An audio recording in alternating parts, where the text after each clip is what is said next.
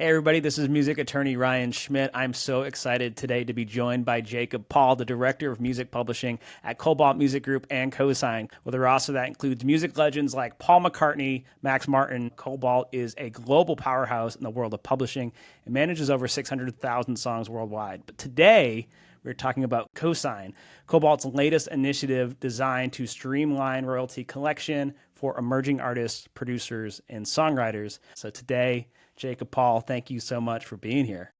Thank you for having me, Ryan. It's great to be on with you. Well, first tell me about your background and how you got into the crazy world of music publishing. Absolutely. I came here from a music background myself. I think that's pretty common in the industry. I always grew up playing instruments, piano, trumpet, guitar, being in orchestras, being in jazz bands, eventually being in my own bands, and just really falling in love with music recording. And honestly, when I graduated college, I was kicking around doing tons of different music projects, my own project, other people's projects, and really didn't have the best direction for exactly what I wanted to do, but knew I wanted to be around music. And that's what really got me in the door at Cobalt almost 9 years ago as an intern. And I've stayed here ever since. I think it's been a really unique company. It's a place that has always tried to champion songwriters and producers and artists, and found really a family here. And I've always really believed in the mission of Cobalt, and that's how I got started in the world of music publishing. Fantastic. It's so important. It's something that's so often misunderstood. I mostly want to talk today about this new exciting initiative, Cosign. Can you tell me what that is and how that's been an offshoot of Cobalt? Absolutely. So technology has always been at the core of Cobalt's foundation, right? Cobalt's the biggest independent music publisher in the world. So outside of the big three, the really old music publishing companies, Warner Chappell, Sony, Universal, Cobalt's the biggest one that's not one of those three. And when we first were founded 25 years ago, we built the first truly digital platform for just doing a better job of collecting money from the ecosystem of music publishing, right? Music publishing traditionally is very complex, and your publishing royalties sometimes feel like they're a bit locked up in this global system. Cobalt built a single platform to just unlock that money in a more efficient and transparent way than ever before. And we kind of felt like, okay, we've built this great platform that can collect publishing money more efficiently, more transparently, in many ways more directly with fewer middlemen, but we're only really aiming it right now at sort of like the global superstars, the Max Martins, Sir Paul McCartney, Childish Gambino. And we felt like there was really a space for emerging artists and producers and songwriters and independent artists, producers and songwriters who really are starting to build an audience and really have publishing money to collect, but they feel somewhat locked out of the system and they don't have the best in-class tool to go collect their publishing income. And that's where we felt like, okay, great. We've built this great platform. Let's make the platform a little bit more accessible and even more streamlined and flexible so that songwriters and artists who know that they don't want to compromise in their ability to collect their publishing money have the best place to go. And that's really what Cosign has hopefully become. And we're excited to continue investing as much as we can in making Cosign the best tool to collect publishing income globally. That's exciting. I've really been enjoying seeing just the way that you all have been talking about Cosign and the way you've been marketing it. It just feels really fresh and exciting and accessible. So great job with that. Appreciate that. We're genuinely invested in building this to be the most actually useful tool that it can be for artists and producers and for songwriters. So it's just the beginning of the journey. But yeah, we're very, very focused on making this as useful as possible for people. So let's back up a little bit. I work a lot with independent musicians, artists, producers, songwriters. Now let's get back to the basics for a second. What is publishing? It's a great question. I think I sometimes joke like the first step in marketing a publishing company is to first make people understand publishing exists at all, right? So publishing is the business of making sure that artists and producers and songwriters who write songs are paid appropriately every time their song is played, whether that's on Spotify or a streaming service, whether that's through download, whether that's through buying vinyl, whether that's being played on the radio, or even in film and TV, right? At a fundamental level, that's the job of music publishing. It's making sure songwriters are paid whenever songs are played. And it's different from the other side of the music industry, which is sort of the recording industry or sound recordings or master royalties. And I think a lot of independent artists maybe don't realize this, that if you upload your song to DistroKid or to TuneCore just to get it into Spotify, Apple Music, DSPs worldwide, those distributors are paying you your master royalties, which is really important. But by default, they're not going to pay you your songwriting royalties. If you've also written your songs, there's a whole separate class of royalty that you're owed, but you're not going to get that money unless you actively, proactively go out, register those songs worldwide, and get that money. And that is fundamentally what a publisher is there to help do. Because traditionally, it's really complicated to do it. And we can get into all the different steps. But what a publisher does is make it as easy as possible for you to actually get your publishing income so that you're not just leaving money on the table every time your songs are played. I love that. I hear that all the time. The last thing you want to do is leave money on the table. If you wait too long, you might lose it. That's true. What do you think independent musicians get most wrong about the world of registering for publishing? Right. So once you've gone over the hurdle of understanding, oh, wait, I do need to collect my publishing money, I think that the system isn't set up for people to be able to navigate it easily. And that's something that we're very intent on trying to change. I think the number one thing people probably get wrong is they think, well, let's say you live in the States. You say, okay, well, I'm just going to register my songs locally at my PRO, Performance Rights Organization. So in the States, that could be ASCAP or BMI. And they think, well, that's going to solve the problem for me, right? I'm registered at ASCAP and BMI. I'm solving it. And the answer is that that's not necessarily the case. So ASCAP and BMI are really important, but they only collect a certain type of income, which is performance royalties, and they collect directly in one territory, which is the US. But if you want to collect your global picture, like let's say you're making music and your audience isn't just in your own home country, but it's around the world, and it's not just performance royalties, there are also mechanical royalties, there might be sync royalties. So it's a full income picture of every single type of publishing royalty in every country. That's where it's hard to just register it in one place. And that's sort of, I think, the number one thing people get wrong is that they think, well, I'm set up maybe at ASCAP or I'm set up maybe in one other collection society. I've covered everything. And that's never the case. And that's why it can be really important to have a global publishing administrator who can make sure that your songs are registered in every single country, across every single platform, every single royalty type, so that you're not leaving money on the table.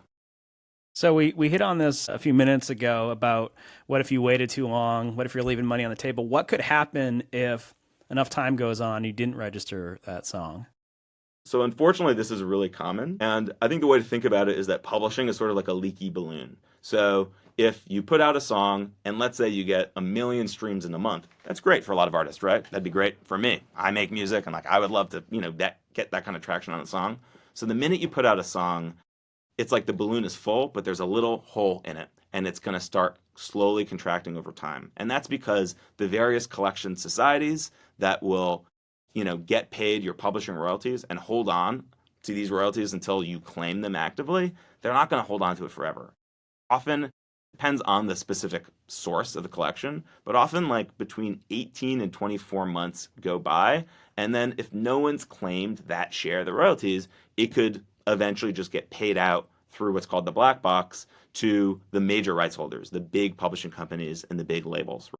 And at a certain point, if you just never claimed it, you're never going to get that money. So that's why it's important if you're putting out songs and you're building an actual audience, if you're not actively claiming those publishing royalties, you risk really having them slip through the cracks of the system and you're never going to be able to. That sounds like a pretty harsh, kind of counterintuitive part of royalties. Have you seen that different societies have different rules on black box monies? Every society, every source of licensing and registration and collection has slightly different rules on this. It's a complicated landscape out there, and part of Cosign's goal is to just make it simple. But what I would say is that if you are building an audience, if your songs are starting to really get traction on streaming, across YouTube, across the full landscape of sort of online music listening, it's going to be to your advantage to make sure those songs are properly registered across the world so you can start collecting your income. That brings up a really important question that I get all the time, both as a music lawyer, but also a online music business content creator, educator, is when do I register? Do I register it the second I wrote that song on my guitar? Do I register it when I send it to go live on Spotify? Do I wait? What are your thoughts on that? I think that to register the song when it goes live on Spotify is absolutely good enough. So obviously there's nothing that prevents you from trying to register a song ahead of time. That can be great. What I would say is that often, this is my own project too, sometimes I'll get a song 90% of the way there and then The last 10%, I might send it out to friends and collaborators who will add a little bit, and then they might get part of the publishing of the song. So what you probably don't want to do is like register it and it's only you, and then a couple collaborators came on and then you re-register it. So I would say, look, if the song is released and you're sending a registration that day or in sort of the neighborhood of the release date, you're fine. You'll be able to make sure that you're collecting your publishing income. Just make sure that you have all the information, all of the names of the songwriters, all of the percentages of what shares of the song those writers have. And this is important, make sure those percentages add up to 100, right? Because a society, if they get a registration and there are all these percentages, but they only add up to 99, they're going to say, well, we can't register the song for you because it doesn't add up to 100. So BMI's case, it's 200, right? Right. So exactly. For BMI, the reason they do that is because they have the writer's share and the publisher share, and both of those individually have to add up to 100. So it's sort of like a little bit counterintuitive when you look on BMI. It says, oh, 200%. Doesn't mean you wrote it 200%. It just means that 100% of the writers plus 100% of the publisher share. What's one thing that you think every musician should do today to get their publishing in order? So I think the most important thing to do here is to go through your catalog of songs and make sure that you have documentation for yourself of who the co-writers are on those songs. So let's say I put out an album of 10 songs as an artist. I want to go through songs 1 through 10 and I want to know, song 1, I wrote this 100%. I'm Jacob. Great. Song 2, maybe we did it 50-50. Ryan has 50, I have 50. If you can go through your whole catalog and you can make sure that all of the songwriters on your songs are listed, you have their names, and you have the percentage of the song that you've agreed through a split sheet that they control, and that those percentages add up to 100%, you've done the hard part. That's all you really need to do in order to have the materials needed to collect that publishing income. So that's step 1, right? Make sure you get your songs and your splits in order.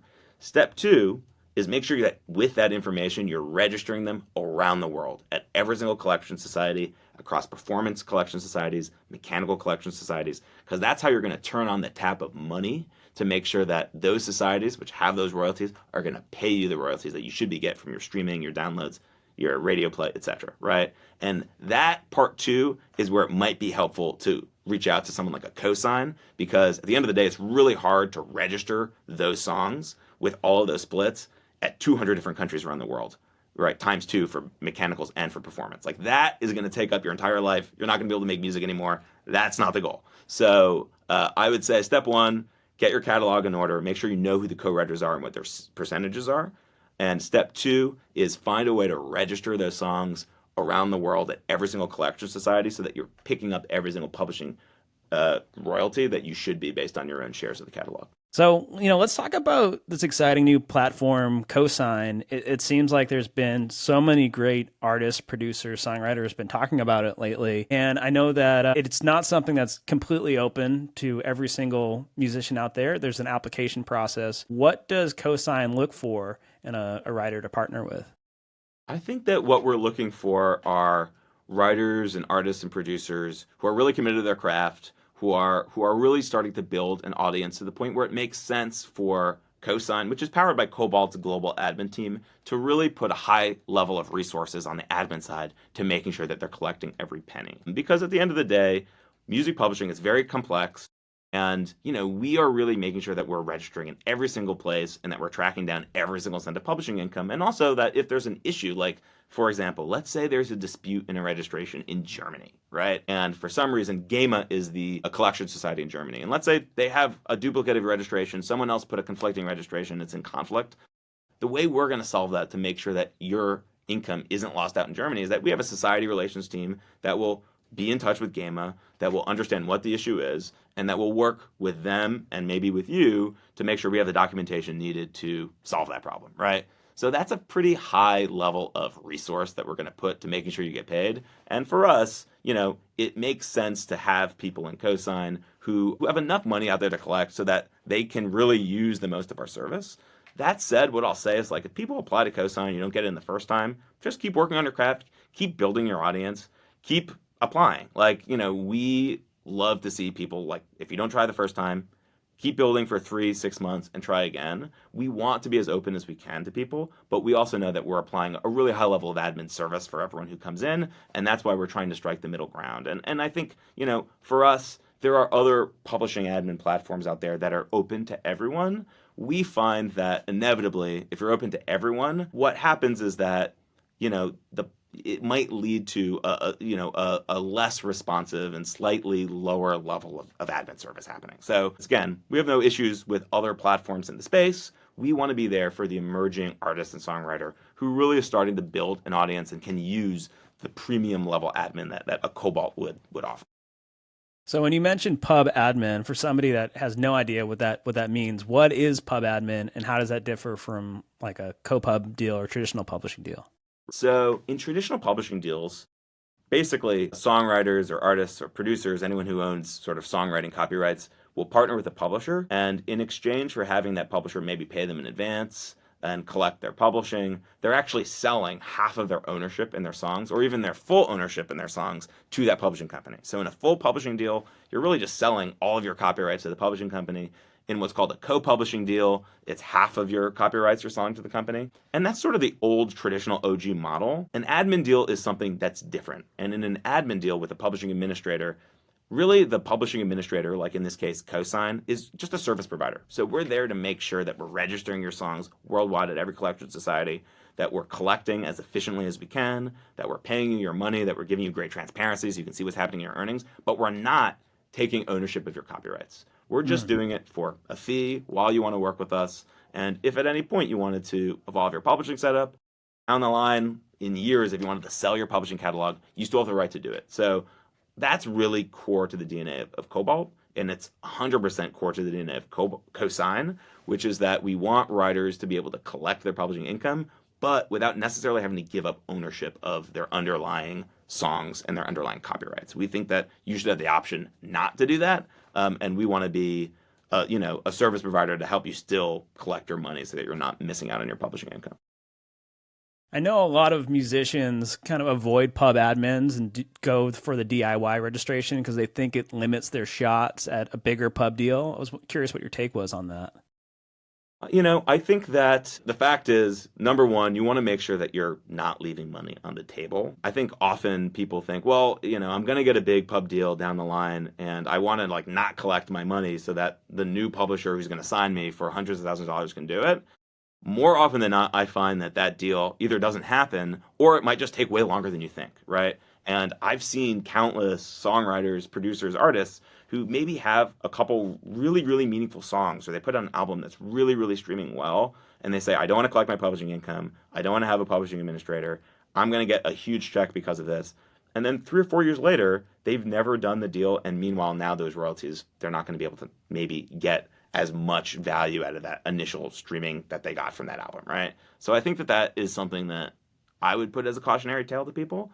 The other thing I would say is that, the beauty of cosign as our platform is that we're building it to be as flexible as possible. So it's a rolling quarterly term and there's no retention period, meaning that if you decide after a certain amount of time, hey, I'm going to leave cosign to go somewhere else, there's no limitation on your ability to take your catalog and sign somewhere else. So, I would suggest that people really take seriously the fact that they have money out there in a global publishing system and that they're not actively claiming it in a really, really comprehensive way, then you're probably just going to lose out on that money. And from my perspective, helping to shape cosign, we're trying to give people the best of both worlds, which is collect your money right now, make sure that you're not leaving that on the table, but still have an offering in cosign that's flexible enough so that if you do want to evolve your publishing setup, you can do that without getting stuck in that first deal. Absolutely. As a music lawyer, I had to first pour over the contract that y'all had put together. And I was really happy to see that the term was that rolling term where it starts from the second you sign it, but you can terminate at any time. And then that'll just end at the end of that current quarter. I appreciate that. And the truth is, Ryan, we put a lot of work into making the cosign publishing terms as simple as possible and as flexible as possible, because that's literally what we're trying to do in this space. It's we built an incredible platform with Cobalt to get money out of the global publishing system, which often feels locked away in that system. We want to collect it in a really efficient, transparent way.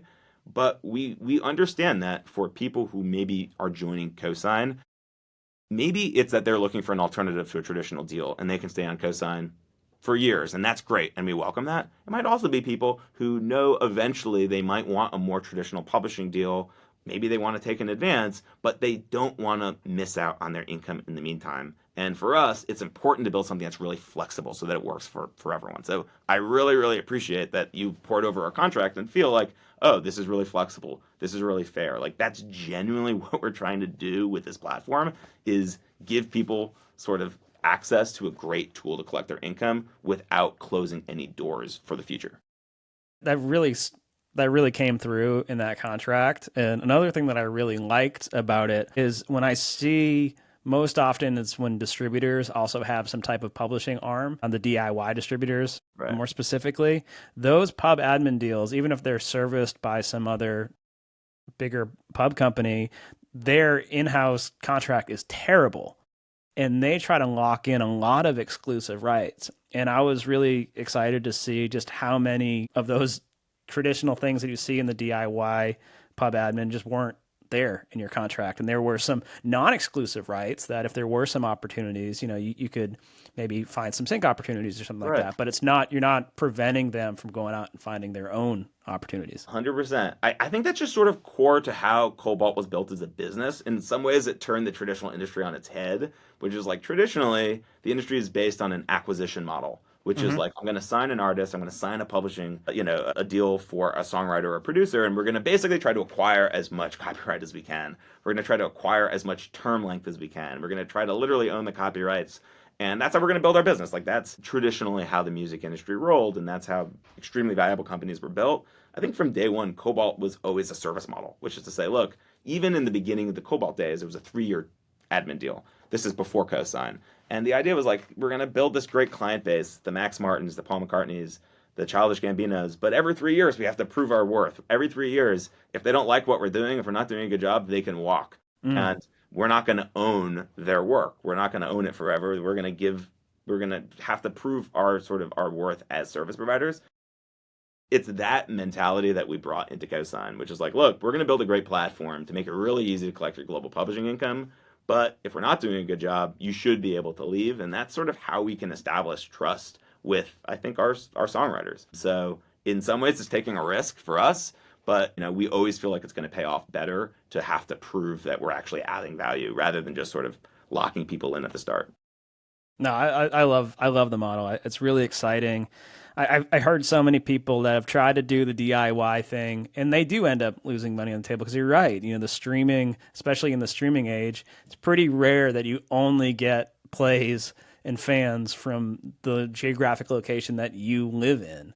Right. So why wouldn't you go out there and try to collect all that? And it'd just be untenable, it sounds like, for an independent musician to make those relationships with each of those different societies. Yeah, I think, look, if you're a songwriter, if you're a producer, if you're an artist, your job is to make music. You don't really want to be bogged down with admin work.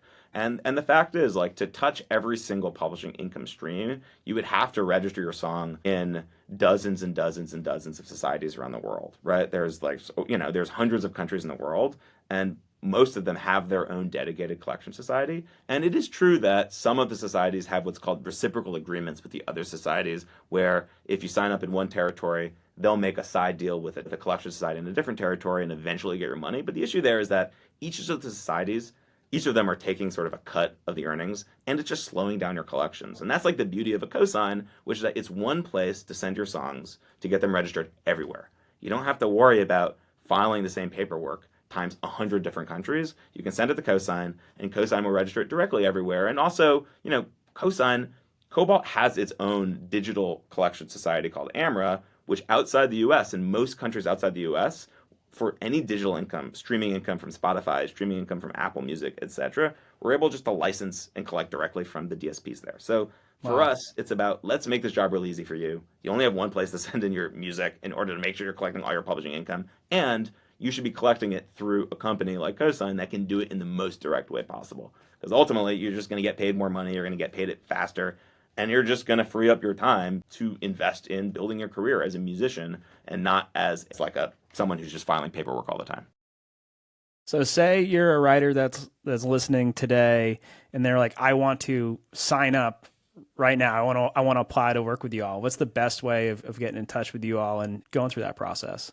Absolutely. So we've tried to make this as streamlined as possible. The best way is really to go to cosignmusic.com. First off, that's a place where there's lots of resources. You can check out some interesting launch videos and blog articles that give resources for music creators.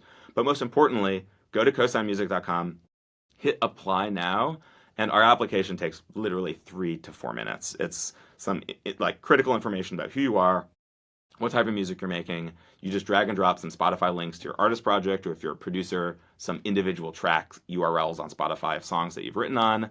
That's pretty much it. It takes 4 minutes.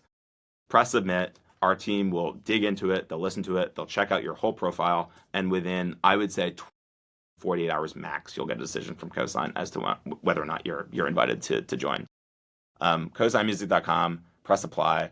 Takes 4 minutes. And, we are excited about the quality and the breadth of all the applications that have been coming in. It's exceeded even our very high expectations, but that's the best place to go in order to try to get signed up to Cosign.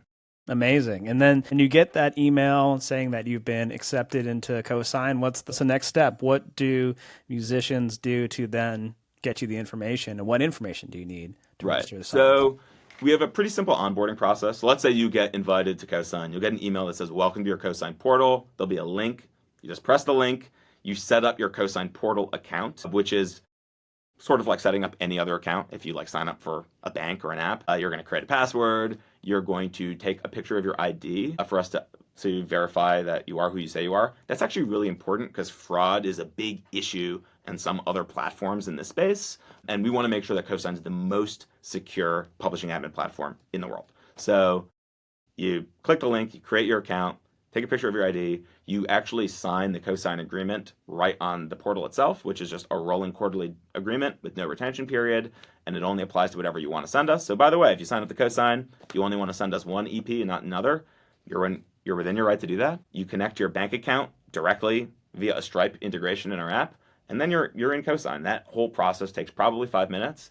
The most important step once you're done with that is to just start sending in your songs. And we have a song submission tool right in the Cosign portal. You can't miss it. It's like the big center plus button. You press that button, and it's a very simple process. It's really just the song title, the names of all the songwriters on the songs. Your name by default will be there, and you just put in the songwriter names, the splits, if it's released, the name of the artist on the song, and the recording title, and then you press submit. And by pressing submit, it literally will send that song to the same registration and admin team that's registering songs by Max Martin or by Dr. Luke or by Paul McCartney. So really everything exists in the Cosign portal. We're always here if you have questions. You can get help from the Cosign support team directly on the portal. But the process, I would say, is 4 or 5 minutes from acceptance email to you're in the Cosign portal, you've signed the TNCs, and you're now sending us songs for global registration. Yeah, that's fantastic. So anybody that's been listening, we talked about what is publishing, what is pub admin, why you should consider getting a pub admin. If people want to find out more information about you, Jacob, and what Cosign is up to, what's the best way to keep in touch? I would say, first off, go to cosignmusic.com, check out the resources there, and if you're interested, fill out an application. You can't miss the application button there. I would also say follow us on our channels. Instagram is a channel that we're going to be really active in. It's just at Cosign Music. That's KOSIGN Music. And we're always there to stay in touch. And of course, if you are a Cosign writer, if you've signed up to Cosign, if you're sending in songs and you have any questions through the Cosign portal, you'll be able to access help. We're building out a really strong repository of educational materials about publishing, but obviously we have the Cosign support team as well. It's always there to help with any publishing need, account related needs. So I would say check out our website, follow us on Instagram. We're genuinely here to listen to the community, to build the best platform that we can. So, we're excited, and, we're here to listen and to just keep investing in building something better for the songwriter and the artist community. Well, Jake, I really appreciate the conversation. I'm really excited about what you all are building at Cosign. And like I said, I like the contract. I like what you're doing. I'm even sending artists your way to join the platform. So thank you so much for your time today. Thank you, Ryan. Genuinely appreciate it. Hopefully we talk again soon, and I had a good time. So thank you. Absolutely. Well, have a good one.